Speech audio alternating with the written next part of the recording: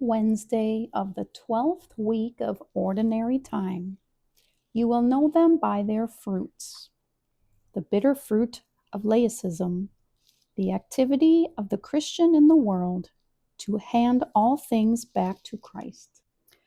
Just as the man who excludes God from his life becomes a diseased tree that will yield bad fruit, so a society that wants to exclude God from its customs and laws causes countless evils and inflicts the most serious harm on its citizens.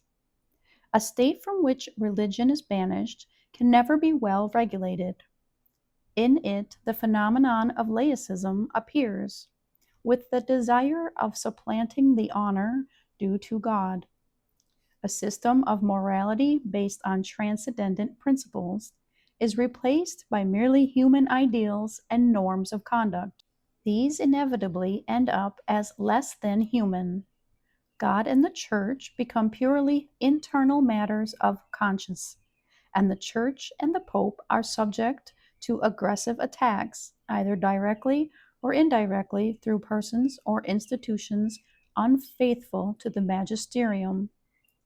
Not infrequently, as a result of laicism, the individual citizen, the life of the family, and of the commonwealth as a whole are all removed from the beneficent and wholesome influence of God and of His Church.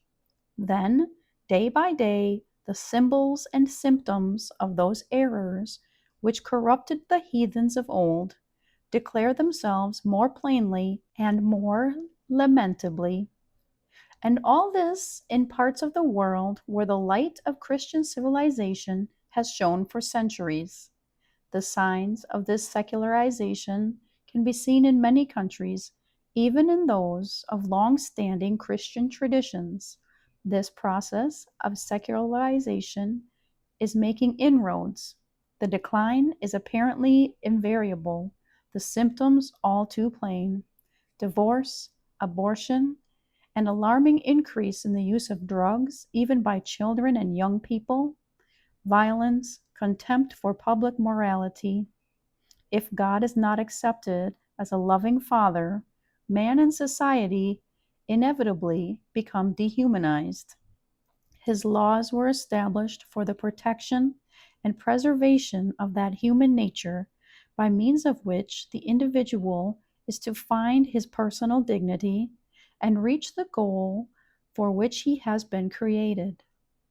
With the evidence of these bitter fruits before our eyes, we Christians must respond generously to the call we have received from God and to be salt and light wherever we may be. However limited might appear the fields of activity in which we live our lives, we must show by our deeds that the world is more human, more cheerful, more honest, cleaner, the closer it is to God. Life is more worth living the more deeply it is penetrated by the light of Christ. Jesus constantly urges us not to remain inactive, not to waste the slightest opportunity of giving a more Christian orientation to the people who surround us, to the environment in which we live. As we end our prayer today, we can ask ourselves, what can I do in my family, at school, at the university, in the office, to make God more actively present there? We ask Saint Joseph for fortitude of spirit in order to bring Christ into all these human realities. With faith, we see the example of his life, which gives us a picture of Joseph as a remarkably sound man who was in no way fearful or indifferent about life. On the contrary, he faced up to problems, dealt with difficult situations, and showed responsibility and initiative in whatever he was asked to do. With God's grace and in this intercession of the Holy Patriarch, we shall make a constant effort to bear abundant fruit wherever God has placed us.